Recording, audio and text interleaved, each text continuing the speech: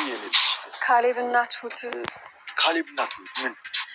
ምንም ጋሼ በቃ ልሂድ ደህና ዋል የኔልሽ የልጄን ወግ ማድረግ በጉጉት እየጠበቁ ደስ ሲል አንድ አይነት ሀሳብ ነው ያለን ትሁትና ካሌብ አብሮ ሲሆኑ ማየት ትልም ይሆናል ግን የሚሆን አይመስለኝም ለምን ጋሼ ቲናና ሰውየው አታስብ ጋሼ ለእሱ አንድ ነገር እናደርጋለን እሺ ሰላም አለኩሽ የግፈኛዋ ሚስትና የሰራተኛዋ ፍጥጫ ትሁት ክፍል 58 ተለቀቀ። ሰላም እንደምን አላችሁ? ውድና የተከበራችሁ አድማጭ ተመልካች ቤተሰብ ባላችሁበት ሰላማችሁ ብዝት ይበልልኝ። ለዚህ ቻናል አዲስ የሆናችሁ ቻናሉን ሰብስክራይብ በማድረግ ቤተሰብ የሆኑ ነባሮች ላይክ እና ሼር በማድረግ አበረታቱኝ። እጅጉን በጣም በሚገርምና በሚያሳዝን ሁኔታ እንግዲህ ቲና የመኪና አደጋ ደረሰብኝ ብላ እንግዲህ አስመስላለች ማለት ነው። እውነት ለመናገር በጣም ግራ የሚያጋባ ነበረ። እኛም እንግዲህ የቲናን ነገር በደንብ አድርገን ስለምናቅ ትንሽም አወዛግቦን ነበረ ሀሳብ አስተያየት ለመስጠት ማለት ነው። የእውነትም አደጋ ነው ወይ የምርም የተቀነባበረ ነው ስንልም ነበረ። እንግዲህ በዛሬው ዕለትና በዛሬው ክፍል ደግሞ የቲና የመኪና አደጋ መድረሱ ሆን ብሎ ታቅዶበት ነገራቶቹ በሲስተም እንግዲህ ከመኪና አደጋው እስከ ሐኪም ቤቱ ድረስ እንግዲህ ያው ፌክ በፌክ ሆኖ እንግዲህ ተመልክተናል አይተናል ማለት ነው። እንግዲህ ተመስገን ከካሌብ ጋር ቤስት ጓደኛሞች ሆነዋል ማለት ነው። እንግዲህ ሁለቱም እርስ በራሳቸው ይተዋወቃሉ። ነገር ግን ማንነታቸውን እንግዲህ ፊት ለፊት ደብቀው ተገናኝተዋል ማለት ነው። ካሌብ እንግዲህ ያለኝ እኔ ብቸኛው አማራጬ እሱን ጥሩ ጓደኛዬ አድርጌ መቅረብ ነው። የቅርብ ጓደኛዬ አድርጌ ካልቀረብኩት ነገራቶቹ ሁሉ ከባድ ነው የሚሆኑት በማለትም እንግዲህ ካሌብ ውሳኔ ወስኗል ማለት ነው። ይህ ውሳኔ እጅጉን በጣም ለትሁትም ሆነ ኤደን እጅጉን በጣም አስደንግጧቸዋል ማለት ነው። ምክንያቱም ተመስገን በጣም ከባድና ኃይለኛ ሰው ነው። እንግዲህ ባለፈው ከዛ ከአጋቹም እንግዲህ እንዴት ብሎ እንዳመለጠውና አጋቹን እንግዲህ እንዴት አድርጎም እንግዲህ እርግጥግጥ አድርጎ ከእግሩ ስር አድርጎ እሽት እንዳደረገው አይተናል ተመልክተናል። ትሁት እንግዲህ ተመስገንን እጅጉን በጣም አድርጋ ትፈራዋለች። ተመስገን ማለት እንግዲህ በጉልበቱ የሚተማመንና በጉልበቱ ደግሞ ማንም ሰው ሊደራደረው የማይችል የሚያሸንፍ ሰው እንደሆነም በደንብ አድርጋ አውቃለች። አሁን ላይ ትሁት እጅጉን በጣም እየፈራች ያለችው በእኔ ምክንያት ለነ አባባ ጦስ መሆን አልፈልግም በማለት እንግዲህ በጣም እየፈራች እየተሳቀቀች ተመልክተናታል ማለት ነው። አባባ እንግዲህ የዋለችላቸው ውለታ አለና ምንም ይሁን ምንም አንቺ ለኛ ጦስ አልሆንሽም፣ የመጣውን ነገር እንጋፈጣለን በማለት ከትሁት ጎን እንግዲህ ሆነውም ተመልክተናቸዋል ማለት ነው። እንግዲህ ቲና እጅጉን በጣም በሚገርም ሁኔታ ከተመስገን ጋር ንግግሯንም አድርጋለች። ሁሉም ነገር ፌክ ነው፣ የተቀነባበረ ነው፣ ከመኪና አደጋው እስከ ሐኪም ቤት ድረስ በማለት ተመስገን ሲመጣ ፈገግ ብላ ነበር የተቀበለችው። ቲና እጅጉን በጣም አስመስላ እንግዲህ ያልሆነ ነገር እንደሆነ አድርጋ ያው ተመልክተዋታል፣ ተቀብለዋታልም ማለት ነው። እያስታመሟትም ይገኛሉ። ኤደን እንግዲህ አባባ ላይ ትሁት ያደረገችውን ነገር ለማስታወስ ሞክራታለች። ይህንን ያየችውና የተመለከተችው ትሁት እንደሱ መሆንና መደረግ የለበትም፣ እኛ ተሽለንና አስተምረን መገኘት እንጂ ያ ያጠፋውን ሰው እንደገና ደግመን እኛ መተግበር የለብንም በማለት እንግዲህ ኤደንን ትሁትም እንግዲህ ስትቆጣ ተመልክተናል ማለት ነው። ኤደን እንግዲህ ይህንን ነገር አንድ በአንድ እንግዲህ ለዳኒ ትነግረዋለች። ዳኒ እንግዲህ ወደ ቤተሰቦቹ አንዳንድ የሚጨራርሳቸውና የሚያስተካክላቸው ነገር እንዳለም ሲነግራት ነበር። እናም እንግዲህ እጅጉን በጣም እንደተነፋፈቁም እንግዲህ ፍቅራቸውን ሲገላለጹም ተመልክተናል ማለት ነው። እናም አሁን ላይ ኤደን እንግዲህ እጅጉን በጣም እንደፈራችና ካሌብ ተመስገንን የቅርብ ወዳጁና ጓደኛ ጓደኛው አድርጎት ወደ ቤት እንዳመጣውም ትነግረዋለች ማለት ነው። እንግዲህ ዳኒም እኔም ብሆን ልክ እንደ ካሌብ ነው ላደርግ የምችለው እሱ የሚያደርገውን ነገር ያውቃል እያለም እንግዲህ ብቻ ኤደን እጅጉን በጣም እንደፈራች የተመስገን ከካሌብ ጋር መቀራረቡንና ጓደኛ መሆኑን ጭራሽ ፈጽሞ ትሁትም አልወደደችም። እጅጉን በጣም በፍርሃት እንግዲህ ተውጠዋል ማለት ነው። ካሌብ እንግዲህ ስለ ተመስገን ጓደኛ ወይንም ስለሚወዳት ልጅ እንግዲህ አንዳንድ ነገር እየጠየቀው ነው።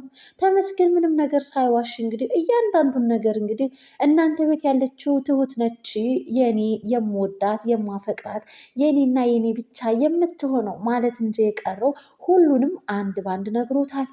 እናም እንግዲህ አንተ እንደምትወዳት እሷስ ትወድሃለች እንዴ ብሎ ሲጠይቀው እሷ አብስታ ትጠላኛለች አትወደኝም የሚል መልስ ነበር የመለሰለት።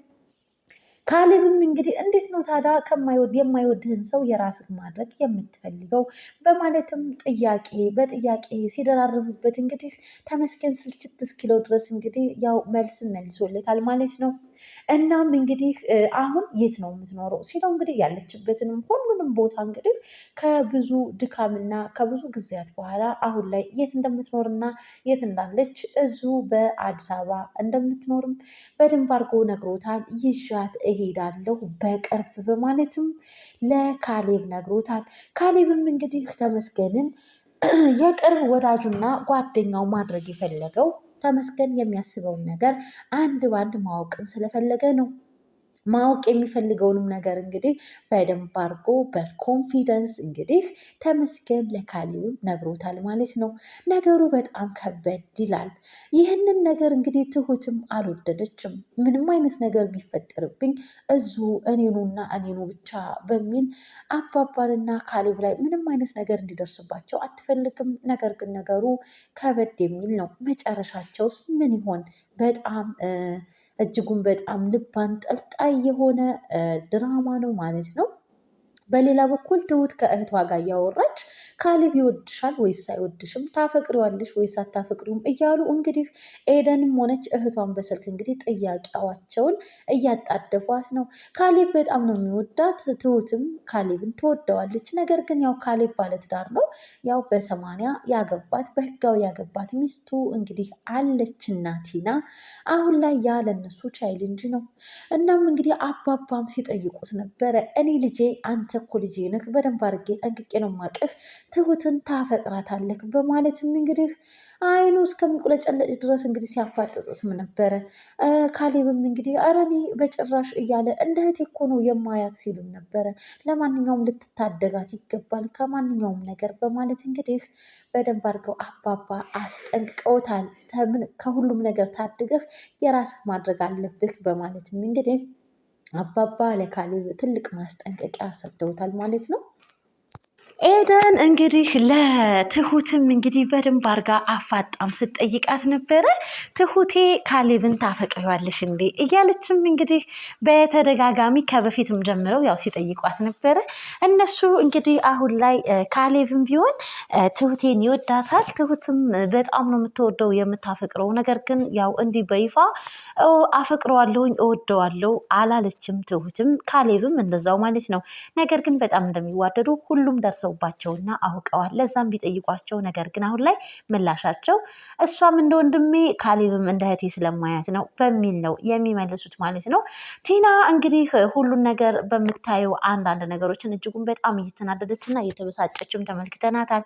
እሷ እንግዲህ ያው ፉከራ አላት አሁን ላይ እንግዲህ ትሁትንም ተመስገን እንዲወስዳት ቲናም ደግሞ ንብረት የሚባለው አጠገብ ላይ መድረስንና ያው ገንዘብ መውሰድ ነው የምትፈልገው። ማን ይሆን እንግዲህ ድል የሚያደርገው?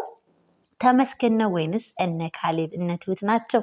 ቲና እንደተለመደው እንግዲህ ያው እቅዷ ይከሹባት ሲሆን ወይስ አሁን እንግዲህ በፊት ተንቀሳቅሳ ሂዳ ሩጫ አውርታ እንግዲህ ምንም አልተሳካላትም። አሁን ላይ እንግዲህ ታምም ያለሁኝ ብላ በጣም በሚገርም ሁኔታ ነገራቶቹ ይሳካል ወይስ አይሳካም? ይህ እንግዲህ የሁላችንም ግምት ግምት አስተያየት አለን ማለት ነው። ተመስገን እንግዲህ ያኔ ቁመሽ እንግዲህ ያልተሳካልሽ አሁን እንደዚህ በድን ሆነሽ ነው እንዴ የሚሳካልሽ ብሎም እንግዲህ ሲሳለቅባት ነበር። እመነኝ እንግዲህ እጥፉን አሁን ላይ ይሳካልኛል ብላም እንግዲህ ቲና እንግዲህ የውሸት ማቀነባበሪያዋን እንግዲህ አቀነባብራ አሁን ላይ ያው እንግዲህ ታማሚ ሁና በትሁት እጅ እንግዲህ ትሁት እየተንከባከበቻት ትገኛለች ማለት ነው። ይህ ደግሞ እንግዲህ